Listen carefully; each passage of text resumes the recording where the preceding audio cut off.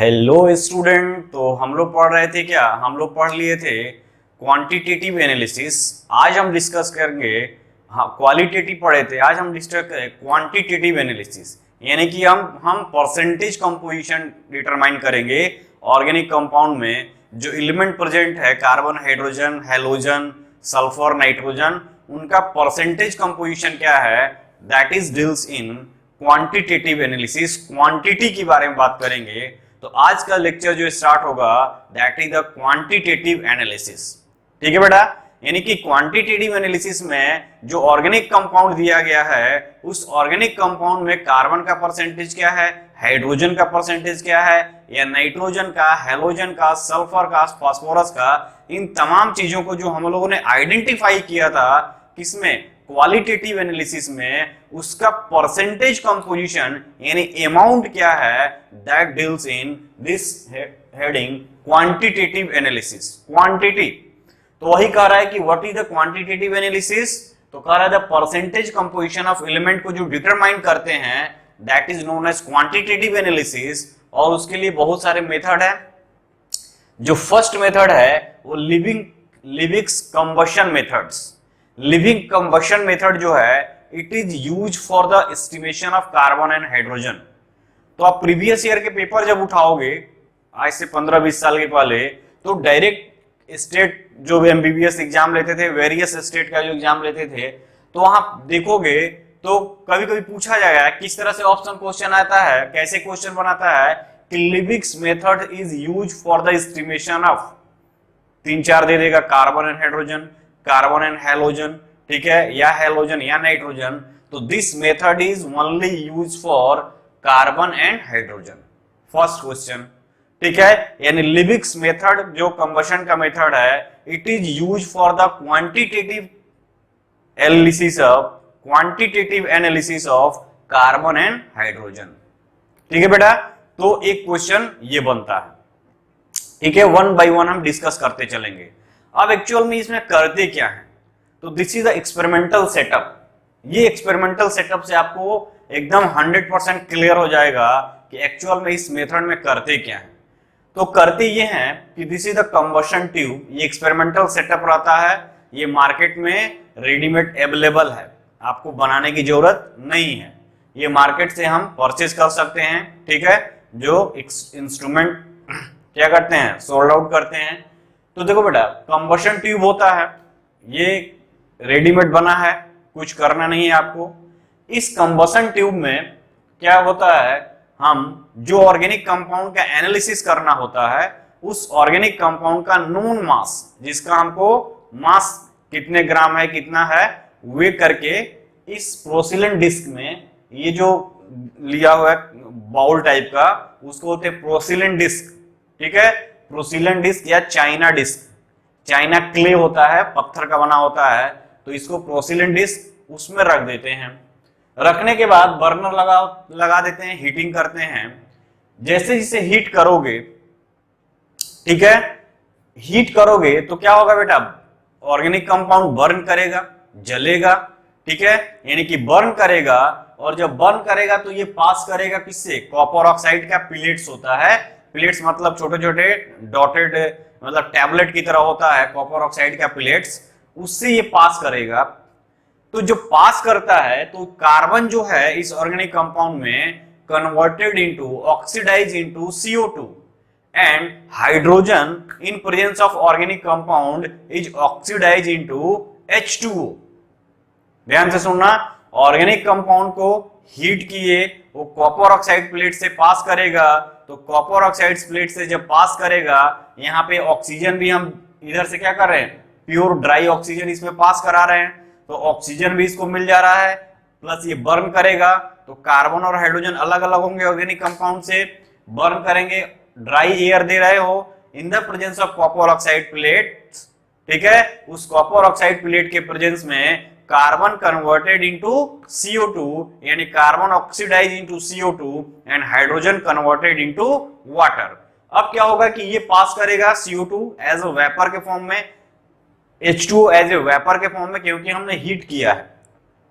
अब ये U tubes U shape का क्या होता है, एक ट्यूब होते हैं, दो ट्यूब होते हैं कंसेक्यूटिव मैनर में, ठीक है। तो जैसे ही आएगा तो H2O जो होगा एनहाइड्रस इस U2 में, ठीक है, ये U2 जो शेप का है उसमें एनहाइड्रस, एक में एनहाइड्रस कैल्शियम क्लोराइड ऐड करते हैं और दूसरे में एक्वस KOH सॉल्यूशन ऐड करते हैं, ठीक है। ऐड कर दिए, इधर से ऐड कर दिए दोनों में। अब देखो बेटा करते क्या है कि जैसे ही H2O और CO2 का वेपर आएगा क्या होगा, H2O जो है कैल्शियम, एनहाइड्रस कैल्शियम क्लोराइड, ये कैल्शियम क्लोराइड के पास वाटर को एब्जॉर्ब करने की कैपेसिटी होती है, एनहाइड्रस फॉर्म में होता है यानी हाइड्रेट नहीं होता है, इसलिए ये वाटर मॉइस्चर को एब्जॉर्ब करता है। तो जैसे ये H2O आएगा यहाँ पे कूलिंग होगा, ठंडा होगा, वाटर वेप के फॉर्म में आएगा, जैसे आएगा कैल्शियम क्लोराइड उसको एब्जॉर्ब कर लेगा। तो हम क्या करते हैं, इस कैल्शियम क्लोराइड को फिलिंग करने से पहले इसका वेट मेजर कर लेते हैं, ठीक है, कि कितना ग्राम हमने इसमें वेट किया है, ठीक है। उसके बाद जो वाटर एब्जॉर्ब किया उसके बाद हम वेट कर लेंगे, ठीक है। तो उसके बाद अगर वेट करोगे और जो प्योर का वेट था उसको माइनस करोगे तो वाटर का अमाउंट तुमको पता चल जाएगा कि कितना H2O मॉलिक्यूल यानी कितना H2O कितने ग्राम इसमें एब्जॉर्ब हुआ है। नेक्स्ट जो CO2 गैस है, इससे कैल्शियम क्लोराइड इसको एब्जॉर्ब नहीं करेगा, उस पर कोई इफेक्ट नहीं पड़ेगा, कोई भी एक्शन नहीं होगा। Then this CO2 is pass through this tube and second tube में जाएगा जहां पर एक्वस KOH सॉल्यूशन पड़ा हुआ है। ये aqueous KOH solution is a good absorber of CO2 और ये एक्वस KOH क्या करेगा, CO2 को एब्जॉर्ब कर लेगा। तो ड्राई कंडीशन में यानी कि एक्वस KOH का कितना अमाउंट लेके हमने बनाया था, फिर CO2 एब्जॉर्ब करने के बाद उसका कितना वेट में गेन हुआ, दोनों को माइनस कर दोगे तो हमारा प्योर CO2 का अमाउंट आ जाएगा। और जब प्योर CO2 का अमाउंट होगा तो उस CO2 के अमाउंट के थ्रू हम कार्बन का परसेंटेज बनाएंगे और H2O के अमाउंट के अकॉर्डिंग हम H2 का यानी कि हाइड्रोजन का परसेंटेज कैलकुलेट करेंगे, ठीक है बेटा। तो एक्चुअल में इसमें होता क्या है, तो आप रिएक्शन लिख सकते हो,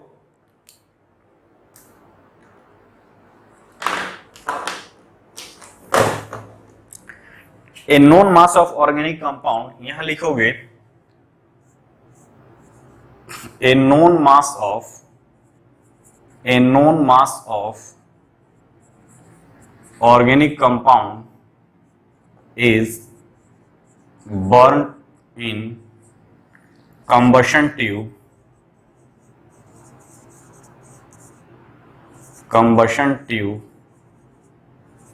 in excess of dry air and presence of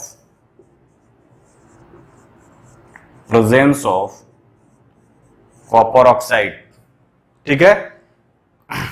the carbon present in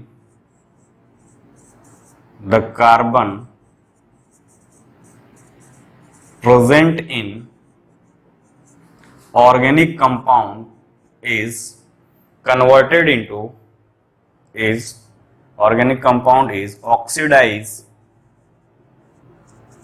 oxidized into CO2 and hydrogen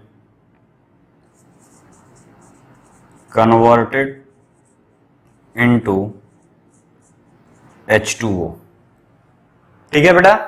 तो देखो यहां पे मान लो कोई ऑर्गेनिक कंपाउंड CXHY है, ठीक है, इसका मॉलिक्यूलर फॉर्मूला ये है।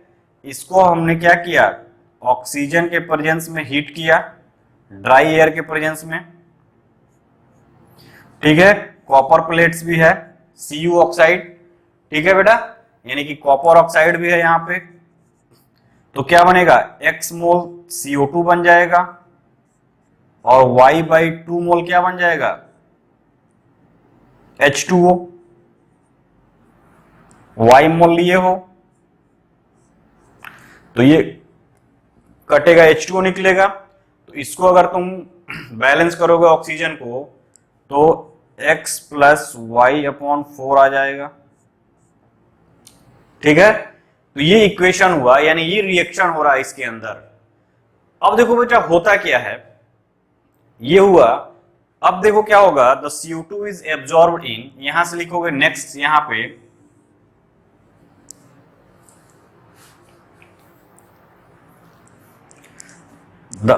the CO2 is absorbed in aqueous KOH solution, whereas H2O is absorbed by calcium chloride। ठीक है, the CO2 is absorbed in aqueous KOH solution, whereas H2O is absorbed by calcium chloride। The increases in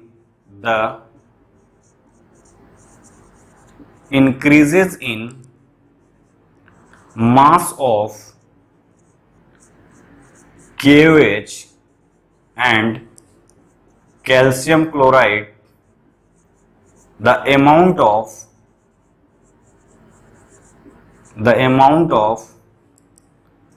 CO2 and H2O, ठीक है, the amount of CO2 and H2O are obtained। ठीक है,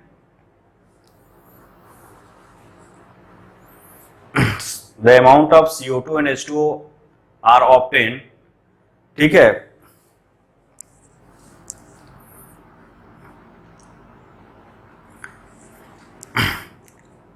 after that the percentage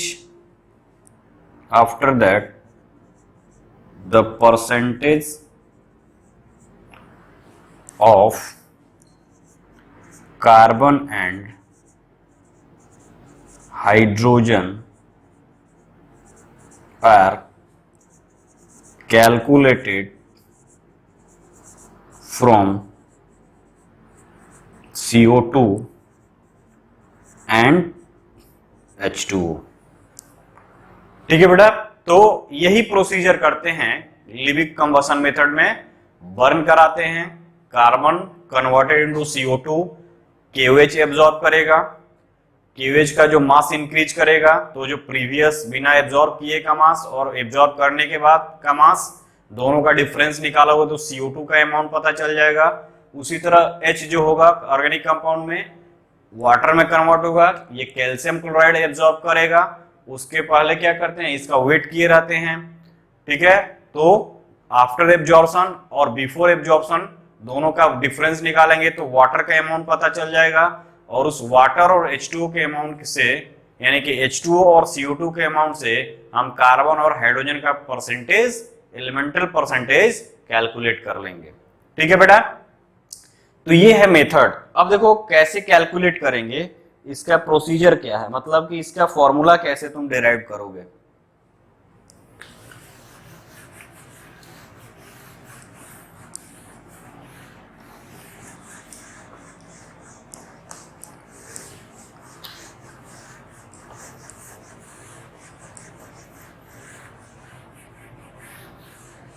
ठीक है, तो यहां पे formula कैसे डिराइव, तो सपोज करो let the mass of organic compound is be m gram. ठीक है, m ग्राम है, उसका जो ऑर्गेनिक कंपाउंड लिए हो नॉन मास है m ग्राम। उसी तरह अगर बात करो and mass of CO2 produce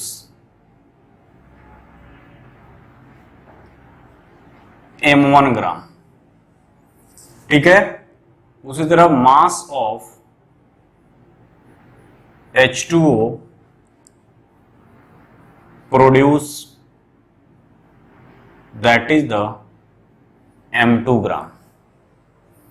ठीक है, तो जो ऑर्गेनिक कंपाउंड लिए थे उसका मास m ग्राम उससे M1 ग्राम हमको CO2 मिला और M2 ग्राम हमको H2O मिला। अब इससे हमको हाइड्रोजन और कार्बन का परसेंटेज निकालना है। तो अगर हम बात करें 1 मोल CO2 यानी किसका मतलब क्या हुआ, 1 मोल CO2 का मतलब 44 ग्राम, इसका जो मॉलिक्यूलर मास है वही उसका होगा। 1 ग्राम CO2 में कितने होंगे, यानी 44 ग्राम CO2, और 44 ग्राम CO2 में कितने कार्बन का ग्राम है बेटा, 12, यानी कि 12 ग्राम कार्बन। CO2 का मॉलिक्यूलर मास, कार्बन का 12 और 32 क्या हो जाएगा, 12 प्लस 32 यानी क्या हो जाएगा 44, यानी 1 मोल CO2 यानी molecular mass of CO2 44 gram of CO2, और 44 ग्राम में कितने हैं, 12 ग्राम कार्बन है। ठीक है, तो 1 में कितने हो जाएंगे बेटा, सिंपल एकदम मैथमेटिक्स लगाओ। तो 1 ग्राम अगर CO2 की बात करोगे तो क्या हो जाएगा बेटा, 12 अपॉन 44 ग्राम। और यदि M1 ग्राम प्रोड्यूस हो रहा है, यदि M1 ग्राम हो रहा है, M1 ग्राम अगर हो रहा है तो क्या हो जाएगा बेटा, 42, 12 अपॉन 42 इंटू M1 ग्राम। क्लियर। अब परसेंटेज निकालने का, तो परसेंटेज निकालने के लिए अगर तुमको ये हो गया, क्लियर हो गया कि M1 ग्राम में ये मिला, तो किसी भी का परसेंटेज निकालने के लिए क्या करेंगे, इसका यानी मतलब M1 ग्राम में जितना मिला अपॉन टोटल मास इंटू 100। तो यहां पे लिख सकते हो परसेंटेज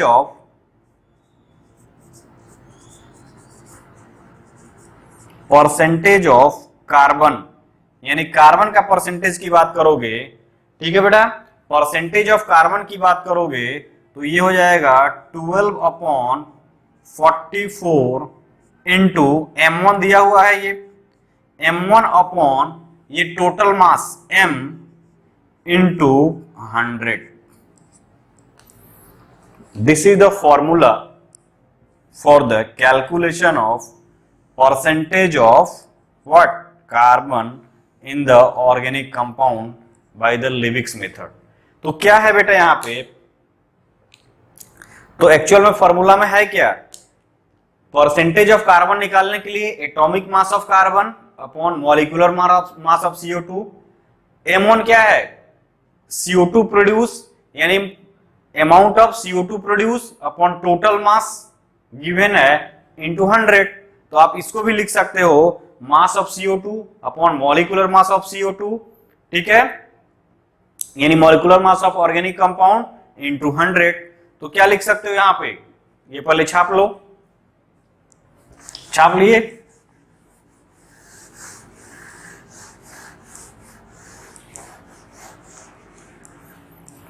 तो इसको ऐसे भी लिख सकते हो,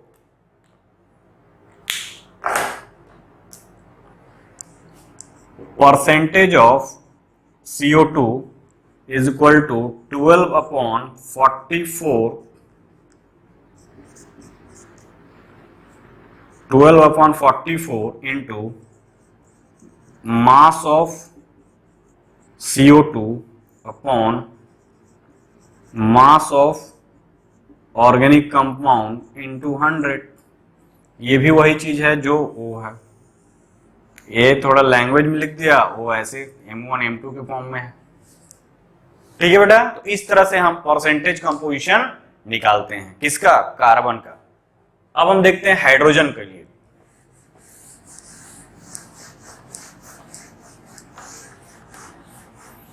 हाइड्रोजन के लिए देखो, हाइड्रोजन की अगर बात करोगे तो 1 मोल, ठीक है, 1 मोल H2O, 1 मोल H2O यानी कि क्या हो जाएगा 18 ग्राम H2O, है कि नहीं। 1 mole H2O is equal to 18 gram of H2O, और 18 ग्राम ऑफ H2O में कितना है, 2 ग्राम ऑफ हाइड्रोजन, ठीक है, 2 ग्राम ऑफ हाइड्रोजन। अगर बात करोगे यहां पे तो 1 में क्या हो जाएगा बेटा, 1 ग्राम में 2/18 ग्राम, और M2 ग्राम में क्या हो जाएगा बेटा, M2 ग्राम की अगर बात करोगे, जो M2 ग्राम प्रोड्यूस हुआ है तो 2/18 इंटू M2 ग्राम। तो परसेंटेज ऑफ हाइड्रोजन क्या हो जाएगा, ये अपॉन टोटल इंटू 100, इसका अपॉन टोटल इंटू 100, यानी परसेंटेज ऑफ हाइड्रोजन क्या होगा बेटा, 2/18 इंटू ये M2 है, M2 अपॉन टोटल क्या है, M है, M into 100, this is the percentage of what, hydrogen. अब यहां पे परसेंटेज ऑफ हाइड्रोजन की 2/18, mass of H2O, mass of organic compound into 100, तो इसी को कर दो यहां पे, परसेंटेज ऑफ हाइड्रोजन क्या हो जाएगा, 2/18 इंटू मास ऑफ H2O या weight of H2O upon mass of organic compound into 100। ये भी वही है जो ये है, ये लैंग्वेज में लिखा है, ये इस तरह M2M1 के फॉर्म में लिखा है, तो ये भी वही है। ठीक है बेटा, तो ये है मेथड, इस मेथड से हम कार्बन और हाइड्रोजन का एस्टिमेशन करते हैं। ठीक है बेटा,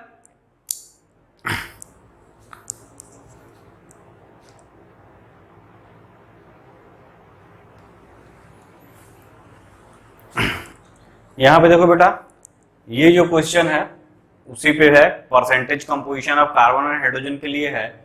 तो कर ऑन कंप्लीट कंबशन ऑफ इतना ग्राम of organic compound give 0.198 gram of CO2 and 0.1014 gram of water, determine the percentage composition of carbon and hydrogen. तो कुछ नहीं है यहाँ पे, देखो क्या क्या दिया हुआ है, तो इसका आंसर, तो हमको क्या दिया हुआ है, तो हमको M दिया हुआ है, मास ऑफ ऑर्गेनिक कंपाउंड, यानी कि मास ऑफ ऑर्गेनिक कंपाउंड दिया हुआ है कितना, 0.246 ग्राम। ठीक है, उसी तरह क्या दिया है, मास ऑफ CO2 दिया हुआ है कितना, 0.198 ग्राम। मास ऑफ क्या दिया हुआ है, H2O 0.1014 ग्राम। ठीक है, ये दिया हुआ है। तो परसेंटेज ऑफ कार्बन की बात करोगे, तो 12/44 इंटू क्या होता है, मास of CO2 upon mass of organic compound into 100। Put कर दो सबको, 12/44 इंटू मास ऑफ CO2 कितना दिया हुआ बेटा, 0.198 upon mass of organic compound 0.246 into 100। इसको सॉल्व करोगे तो 21.95% आएगा। ठीक है, उसी तरह अगर बात करोगे परसेंटेज ऑफ हाइड्रोजन की, तो परसेंटेज ऑफ हाइड्रोजन की बात करोगे तो क्या हो जाएगा बेटा, 2/18 इंटू मास ऑफ H2O कितना दिया है, 0.1014 अपॉन ये कितना 0.246 इंटू 100। इसको सॉल्व करोगे 4.58% आएगा। ठीक है, तो इस तरह से हम इस पर क्वेश्चन जो आते हैं उसको तुम सॉल्व कर सकते हो। ठीक है बेटा, नेक्स्ट मूव करेंगे, नेक्स्ट जो है वो एस्टिमेशन ऑफ हैलोजन।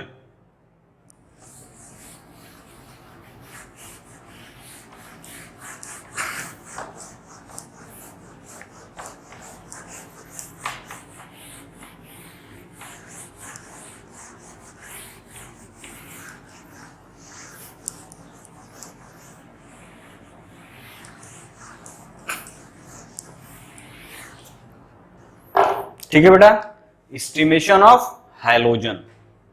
तो हेडिंग क्या डालोगे? Estimation of halogen. ठीक है,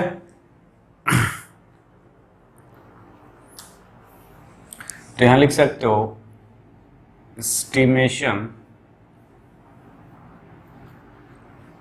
estimation of halogen is carried out by Carius method.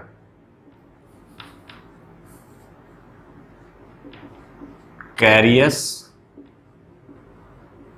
method क्या बेटा? Carius method। Carius method से करते हैं इसका एस्टिमेशन। ठीक है क्या? अब देखो इसमें करते क्या है,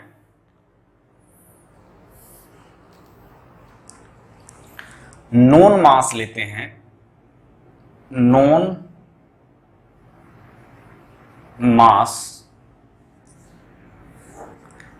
मास ऑफ ऑर्गेनिक कंपाउंड। ठीक है, उसमें डालेंगे फ्यूमिंग नाइट्रिक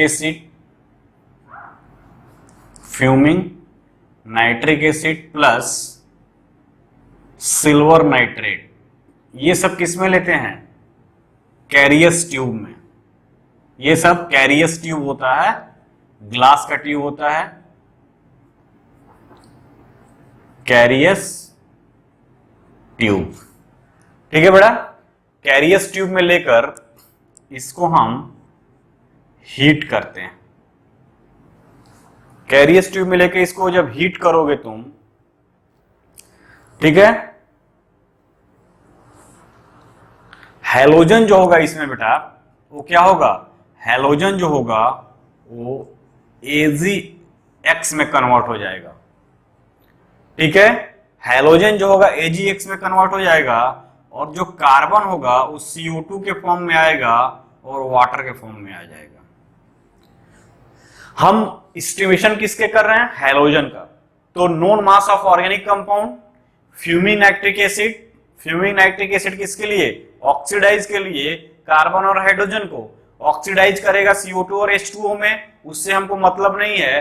फिर AgNO3 ऐड करोगे, उसी में ऐड रहेगा और इस सबको कैरियस ट्यूब होता है, उस कैरियस ट्यूब में लेके हीट कर देते हैं तो AgX का फॉर्मेशन होगा, CO2 और H2O गैस बाहर निकल जाएगी। तो हमको यहाँ पे इससे कोई मतलब नहीं है, because we are going to estimate the percentage composition of halogen. यानी हमारा मेन मुद्दा यहाँ पे क्या है बेटा? मेन मुद्दा हमारा AgX है। ठीक है, ये मेन मुद्दा हमारे लिए क्या है? AgX है। इसके थ्रू हम इस AgX को क्या करेंगे? जो AgX बना हुआ है उसको क्या करेंगे? फिल्टर करेंगे, प्रिसिपिटेट आएगा, इसको क्या करेंगे? फिल्टर्ड करेंगे, वॉश करेंगे एंड ड्राई करेंगे। तो मेन जो मुद्दा हमारा किसके लिए है? इस AgX के लिए। हमको इससे मतलब नहीं है, बिकॉज हम इसका कैरियस मेथड से ना करके सेल लिविंग मेथड से किए थे। हम इस AgX का, अब मान लो, ठीक है, let mass of organic compound B, जो ऑर्गेनिक कंपाउंड लिए थे उसका मास मान लो क्या है? m gram. ठीक है बेटा, mass of AgX form and mass of AgX form m1 ग्राम। ठीक है बेटा, अब mass of AgX form m1 ग्राम। ठीक है, ओके बेटा। अब देखो यहां पे, तो अगर हम इसकी यहां पे बात करें, 1 मोल AgX silver halide AgX, x क्या हो सकता है बेटा, यहाँ पे एक्स जो है वो एक्स जो होगा वो या तो क्लोरीन होगा, ब्रोमीन होगा, और ये फ्लोर आयोडीन होगा। फ्लोरीन थोड़ा हटके है, उसका अलग कैरेक्टरिस्टिक होता है, तो फ्लोरीन का हम बात ही नहीं करते हैं। जो फैमिली से कट के रहता है उसका हम बात ही नहीं करेंगे, तो उनका अलग कुछ कैरेक्टरिस्टिक होता है, अपने आप को ज्यादा शो ऑफ करते हैं, तो उनको हम यहाँ पे कंसिडर ही नहीं करेंगे। ठीक है बेटा, यानी एक्स क्या हो सकता है, क्लोरीन, ब्रोमीन एंड आयोडीन। वही हमने बोला कि लेट, मान लो कि मास जो ऑर्गेनिक कंपाउंड को लिए हो, known mass of organic compound m ग्राम है, जो AgX प्रोड्यूस हुआ आफ्टर बर्निंग वो क्या बना, m1 ग्राम। ठीक है, तो उसी चीज को हमने यहां पे लिखा 1 मोल AgX, यानी क्या हो जाएगा, मॉलिक्यूलर मास ऑफ AgX है। और 1 मोल AgX में कितना है, x gram of halogen. x मतलब क्या, x मतलब कौन सा हेलोजन, जो भी तुम लिए हो, AgCl बनेगा, AgBr बनेगा और AgI बनेगा। ठीक है बेटा, तो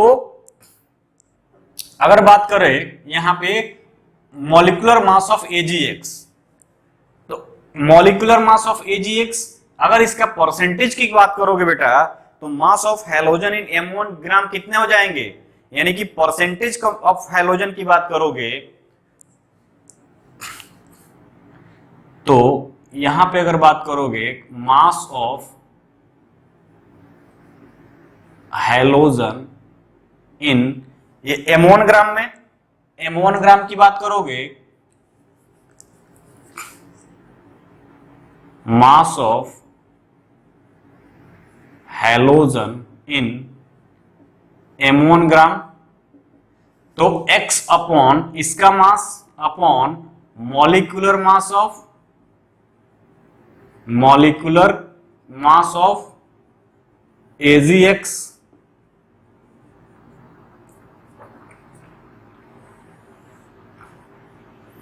ठीक है, यही होगा। तो परसेंटेज क्या हो जाएगा, percentage of halogen, percentage of halogen की बात करोगे तो परसेंटेज ऑफ हेलोजन की बात करोगे तो क्या हो जाएगा बेटा, ये x अपॉन मॉलिक्यूलर मास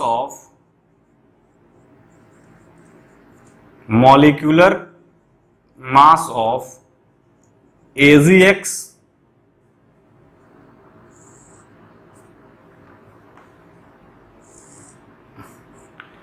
ठीक है।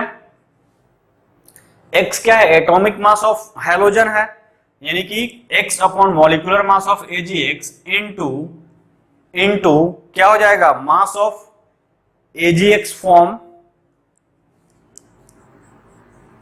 Mass of AgX formed upon mass of organic compound into 100। तो ये फॉर्मूला है परसेंटेज ऑफ हेलोजन।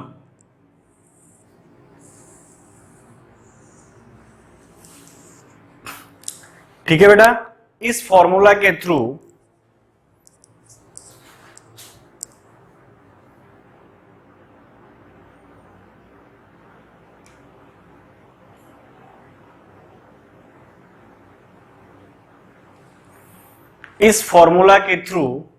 तुम क्या निकाल सकते हो, परसेंटेज ऑफ हेलोजन। ठीक है, अब 1 बाई 1 देखेंगे। अगर मान लो AgCl बना है तो परसेंटेज ऑफ क्लोरीन क्या हो जाएगा,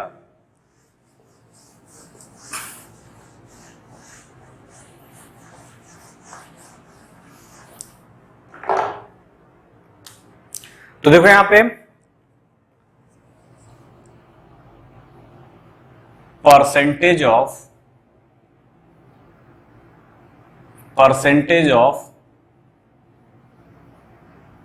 क्लोरीन किसके थ्रू निकालोगे बेटा, AgCl बनेगा, परसेंटेज ऑफ क्लोरीन यानी AgCl, तो इसका मॉलिक्यूलर मास कितना हो जाएगा बेटा, मॉलिक्यूलर मास इसका देखोगे तो Ag का 108 और Cl का 35.5 यानी ये कितना हो जाएगा बेटा 143.5। X क्लोरीन का मास कितना है, एलिमेंटल मास 35.5, तो परसेंटेज ऑफ क्लोरीन की अगर बात करोगे, X परसेंटेज ऑफ हाइड्रोजन यानी क्लोरीन लिए, X मतलब क्या, जो एलिमेंटल मास है यानी कि 35.5 अपॉन, ठीक है बेटा, मॉलिक्यूलर मास ऑफ AgX यानी AgCl का मॉलिक्यूलर मास, ये है मॉलिक्यूलर मास ऑफ AgCl कितना है बेटा 143.5 इंटू, ठीक है। अब देखो मास ऑफ AgX फॉर्म, जितना AgX बना होगा यानी कि मास ऑफ AgX फॉर्म्ड यानी AgCl होगा यहां पे, mass of AgCl formed upon mass of organic compound into 100। तो this is the formula for the calculation of percentage of chlorine.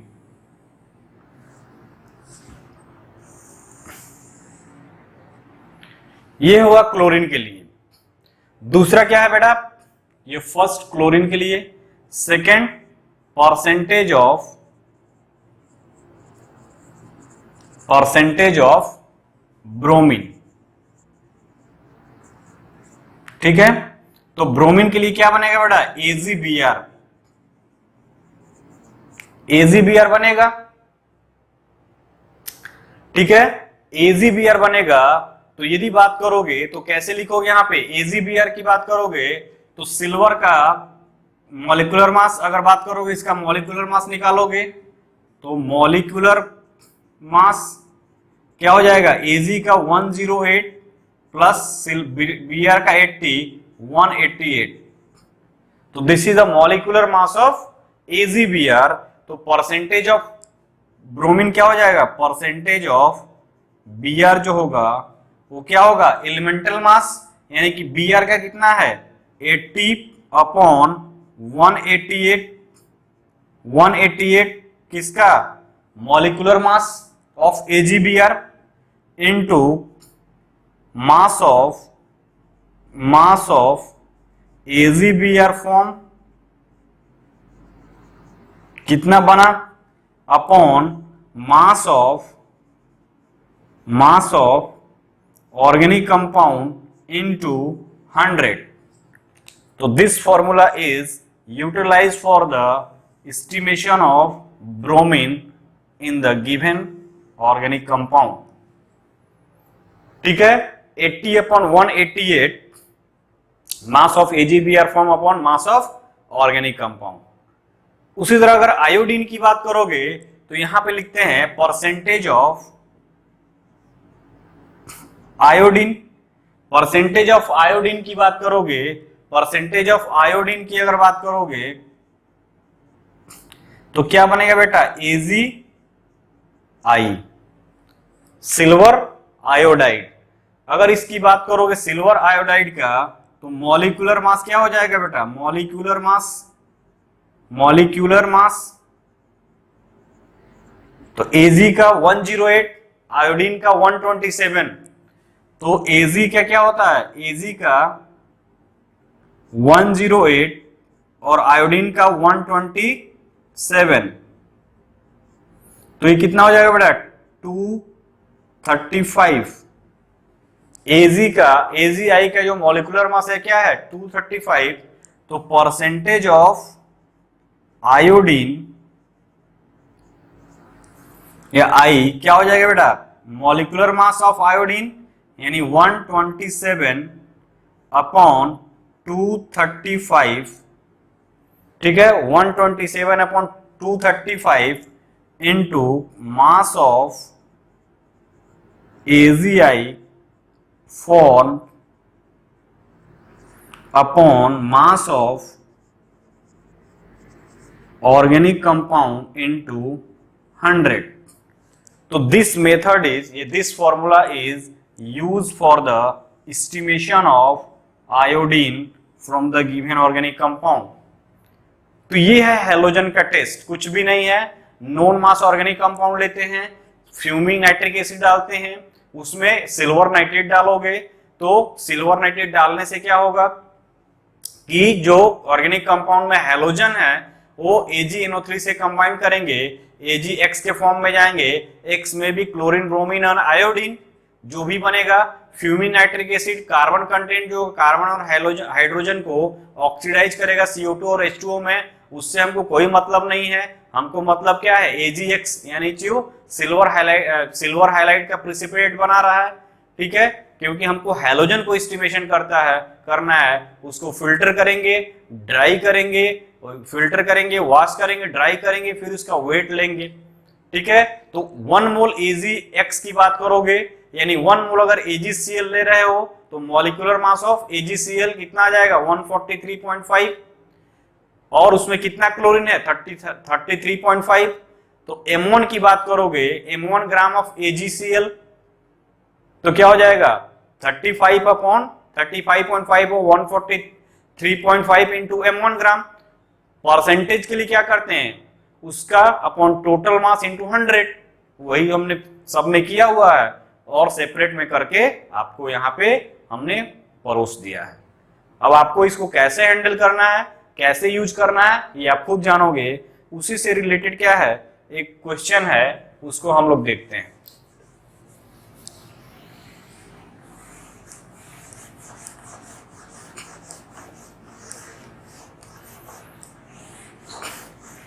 कितना इजी है बेटा, बहुत ही इजी है ये टॉपिक, और हर बार एक नए क्वेश्चन आपको मिलेगा यहां।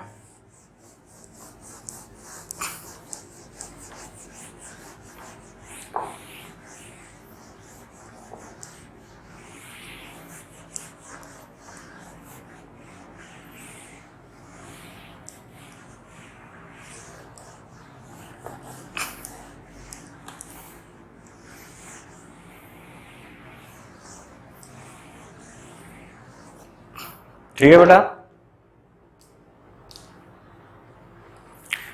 प्रॉब्लम क्या है,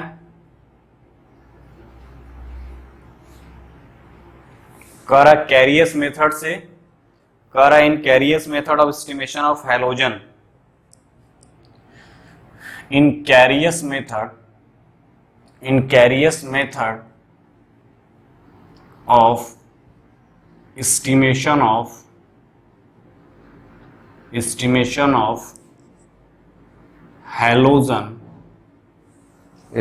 of halogen point उतना gram of organic compound 0.15 gram of an organic compound gave 0.10 gram of AgBr, gave 0.12 gram of AgBr, करा कि find out the percentage of Br। तो क्या दिया हुआ है बेटा, पॉइंट मॉलिक्यूलर मास ऑफ, यानी मास ऑफ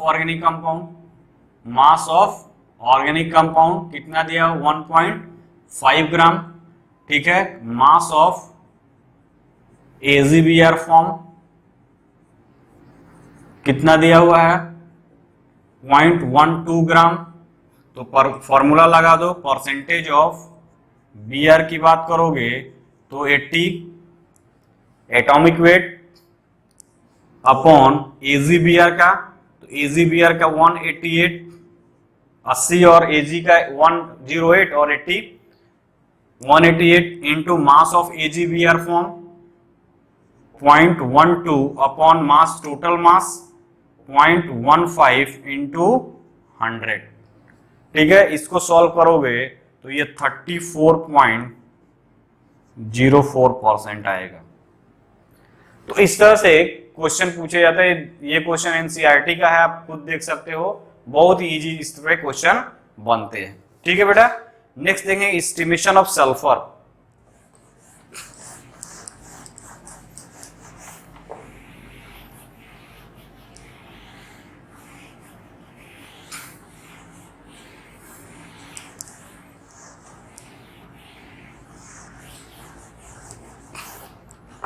नेक्स्ट जो मेथड होगा बेटा, नेक्स्ट जो एलिमेंट है वो क्या है, एस्टिमेशन ऑफ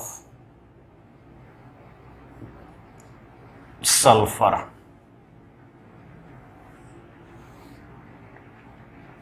ठीक है, एस्टिमेशन ऑफ सल्फर की बात करोगे तो क्या करते हैं बेटा, तो known mass of organic compound लेते हैं, known mass of organic compound लोगे। ठीक है, known mass of organic compound में हम क्या डालते हैं, fuming nitric acid, fuming nitric acid और sodium peroxide NO2 Na2O2 sodium peroxide. ठीक है, इन ए कैरियस ट्यूब, कैरियस ट्यूब, ये भी कैरियस मेथड से ही करते हैं। सोडियम पेरोक्साइड क्या है बेटा, oxidizing agent, fuming nitric acid भी ऑक्सीडाइजिंग एजेंट है। तो क्या करेंगे, इसको लेने के बाद कैरियस ट्यूब में इसको हीट करेंगे। ठीक है, तो sulphur oxidize to sulphur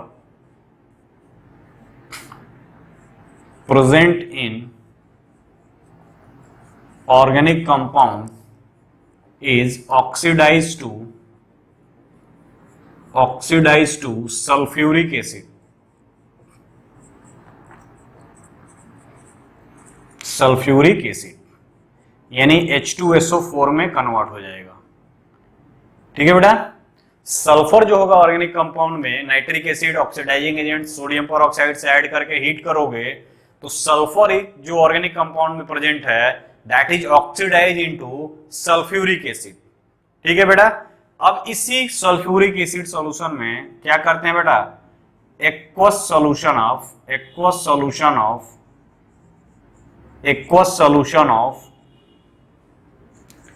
barium chloride is added.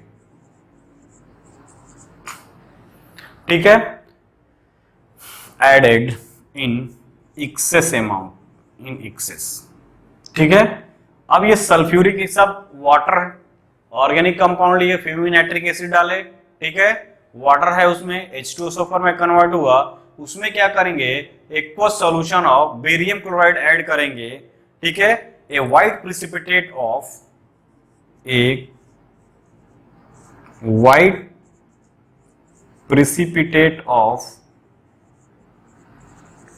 Barium sulphate is obtained. एक व्हाइट प्रिसिपिटेट बेरियम सल्फेट का ऑब्टेन्ड होगा, इसको क्या करेंगे बेटा, इसको क्या करेंगे,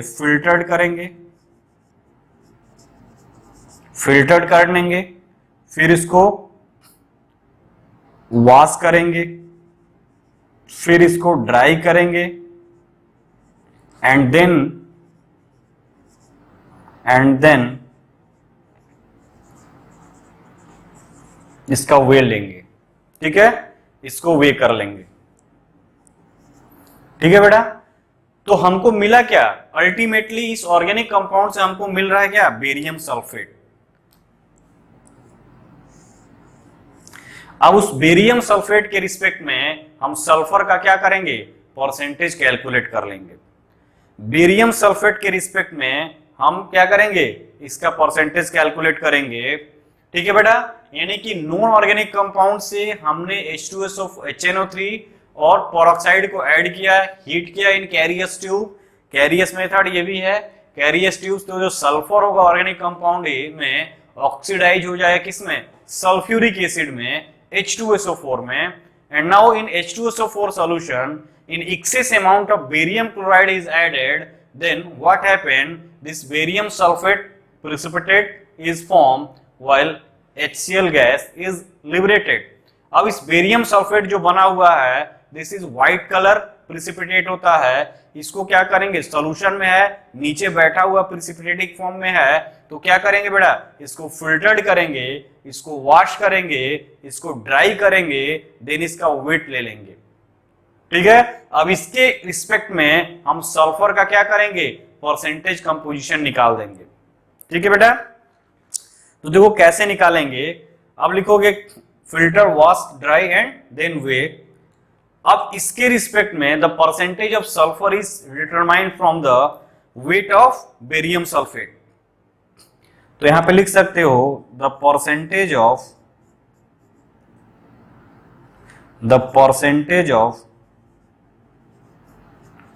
sulphur is determined from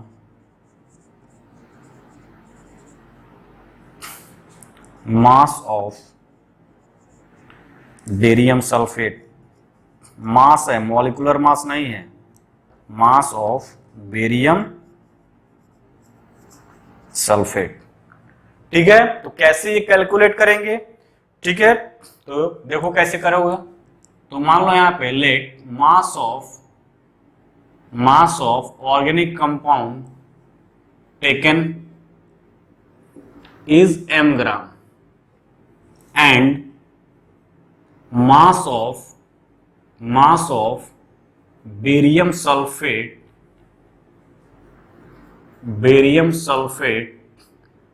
produce. इस ऑर्गेनिक कंपाउंड से क्या बन रहा है बेटा, बेरियम सल्फेट ही तो बन रहा है। अल्टीमेटली हमको बेरियम सल्फेट का रिस्पेक्ट में देखना है। तो let mass of organic compound taken जो है m ग्राम लिए हो, और उस m ग्राम से हमको m1 ग्राम क्या मिला, बेरियम सल्फेट मिला। तो यदि हम बात करें molecular mass of barium sulphate, molecular mass of barium sulphate की, तो देखो बेरियम का जो होता है 137 होता है ठीक है, 137, सल्फेट का कितना होता है बेटा 32, और ऑक्सीजन का 16 और 4 है, तो क्या हो जाएगा 64। ठीक है, 64, 137, 32, 64, इसको तुम जोड़ दोगे तो कितना आ जाएगा बेटा, इसको 233। ठीक है, 4 2 6 7 13, यानी कि 233 ये आ रहा है किसका, molecular mass of barium sulphate 233। तो देखो बेटा यहां पे अगर हम बात करें 1 मोल बेरियम सल्फेट, 1 मोल बेरियम सल्फेट यानी molecular mass of barium sulphate, और मॉलिक्यूलर मास कितना है बेटा 233 ग्राम बेरियम सल्फेट।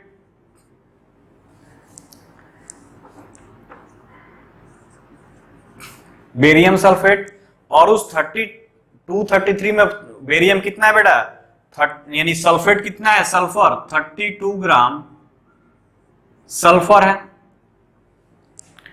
ठीक है, तो 1 में कितना हो जाएगा, 1 ग्राम में कितना हो जाएगा, तो 1 ग्राम अगर बेरियम सल्फेट लोगे तो 32 अपॉन क्या हो जाएगा बेटा 233 ग्राम ऑफ बेरियम सल्फेट, और कितना प्रोड्यूस हो रहा है m1 ग्राम, तो m1 ग्राम में कितना हो जाएगा बेटा, m1 ग्राम में अगर बात करोगे तो 32 अपॉन 233 इंटू m1 ग्राम। ठीक है, तो हमको इससे इतना ग्राम मिला, यानी ऑर्गेनिक कंपाउंड जो लिए थे m ग्राम, उससे हमको इतना मिला, क्या, बेरियम सल्फेट, इतना ग्राम हमको बेरियम सल्फेट मिला। तो परसेंटेज क्या हो जाएगा, percentage of barium, percentage of sulphur. ठीक है, परसेंटेज ऑफ सल्फर की बात करोगे तो ये अपॉन टोटल मास इंटू 100, यानी क्या हो जाएगा 32 upon 233 into M1 into upon M into 100। तो this is the percentage of what? Sulphur.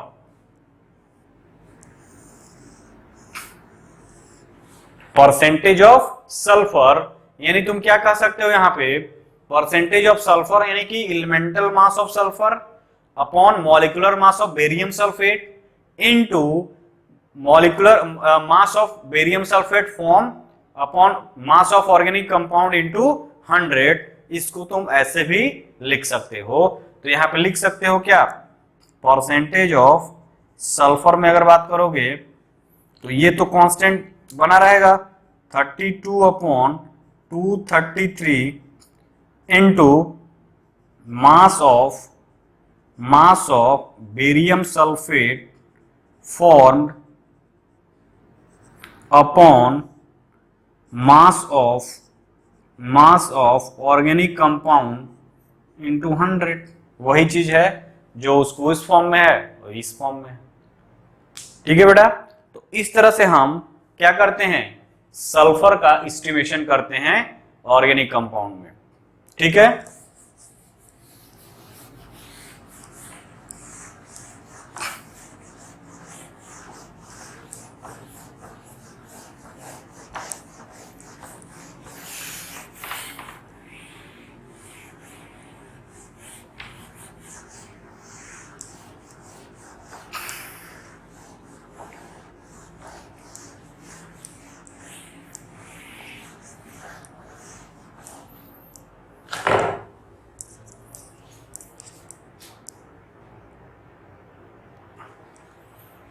देखो बेटा इसी पे क्वेश्चन है सल्फर के एस्टिमेशन पे ही।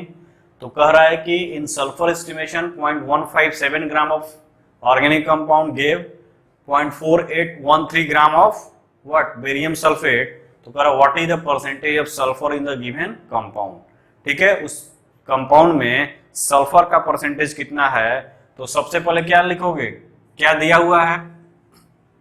मास ऑफ ऑर्गेनिक कंपाउंड यानी कितना दिया हुआ है? यानी मास यानी 4813 ग्राम। और क्या दिया है? Mass of barium sulphate form. ठीक है, कितना दिया हुआ है? नहीं, मास ऑफ ये बना हुआ है 0.1515 ग्राम। ठीक है, और बन कितना रहा है? 0.4813 ग्राम। ठीक है, ये बन रहा है। अब क्या कह रहा है कि परसेंटेज ऑफ सल्फर। तो परसेंटेज ऑफ सल्फर की बात करोगे तो क्या हो जाएगा? 32 elemental mass upon barium sulphate का मॉलिक्यूलर फॉर्मूला यानी 233 molecular mass into mass of barium sulphate form 0.4813 upon 0.157 into 100। इसको सॉल्व करोगे तो 42.10% आएगा क्या? सल्फर का। तो इस तरह से बेटा हम क्या करते हैं? क्वांटिटेटिव एनालिसिस करते हैं। तो आज इस लेक्चर को यही क्लोज करेंगे। नेक्स्ट लेक्चर में हम लेकर आएंगे आपके लिए क्या? फास्फोरस का एस्टिमेशन एंड नाइट्रोजन का एस्टिमेशन, कि फास्फोरस और नाइट्रोजन का एस्टिमेशन कैसे करते हैं। ठीक है, उसको हम नेक्स्ट वीडियो में लेकर आएंगे। तो आज इसको बहुत इजी है, आपको देखने में डिफिकल्ट लग रहा होगा आप बुक जब पढ़ते होगे, बट है बहुत इजी। हमने क्या किया? इसको पार्ट वाइज में किया, यानी कि हम लैंग्वेज में ना लिखकर हम डायरेक्ट फॉर्मूला डिराइव किए, और फॉर्मूला बहुत इजी वे में आप याद कर सकते हो। लिबिक मेथड्स में भी, फिर है क्या कैरियस मेथड हैलोजन के लिए, फिर सल्फर के लिए। नेक्स्ट हम देखेंगे फास्फोरस और नाइट्रोजन के लिए। ठीक है बेटा, तो आज इस लेक्चर को यहीं क्लोज करते हैं। Okay, bye bye.